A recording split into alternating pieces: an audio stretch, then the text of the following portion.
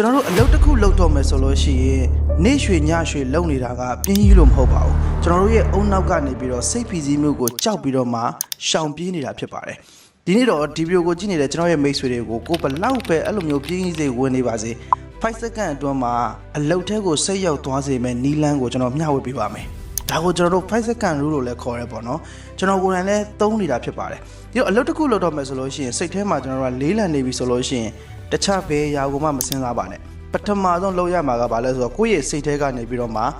5ကနေပြီးတော့1ထိပေါ့နော်5 4 3 2 1ဆိုပြီးတော့မှပြောင်းပြန်ရေတွက်ပါရေတွက်ပြီးတဲ့အခါမှာ1ကိုရောက်တာနဲ့ဒုံးပြန်တစ်စင်းလွှတ်လိုက်သလိုပဲကိုလုံးမဲ့အလုပ်ရဲ့ရှေ့ကိုရောက်အောင်သွားပါဒါဆိုလို့ရှိရင်တော့စလုပ်ဖြစ်ပါလိမ့်မယ်ဘာကြောင့်မလို့ကျွန်တော်တို့ကနံပါတ်စင်ကိုပြောင်းပြန်ရေးရတာလဲဆိုလို့ရှိရင်ကျွန်တော်တို့ရဲ့အုံနောက်ကိုအလေးကျင့်ဟောင်းတွေစီကိုမသွားနိုင်အောင်လို့တားဆီးလိုက်တာဖြစ်ပါတယ်ဥပမာအနေနဲ့1ကနေပြီးတော့မှ 5D ရေးမယ်ဆိုလို့ရှိရင်6 7 8ဆိုပြီးတော့မှဆက်သွားလို့ရတယ်ဒီတော့ကျွန်တော်တို့ရဲ့အုံနောက်ကပို့ပြီးတော့မှလေးလံသွားတယ်ပေါ့နော်ဒီတော့5ကနေပြီးတော့မှ 1D ကိုပြန်ရေးမယ်ဆိုလို့ရှိရင်ကြတော့1ပြီးလို့ရှိရင်ကျွန်တော်တို့က action ယူဖို့ပဲကြံတော့တာပေါ့နော်ဒါကြောင့်မလို့ဒီနီးလန်တစ်ခုကိုသုံးကြည့်ပါထူးခြားတဲ့ရလဒ်ရှိရင် comment မှာမှတ်ခဲ့ပေးပါအောင်ကျွန်တော်ကိုယ်တိုင်လည်းစပြီးတော့မှသုံးနေပါပြီ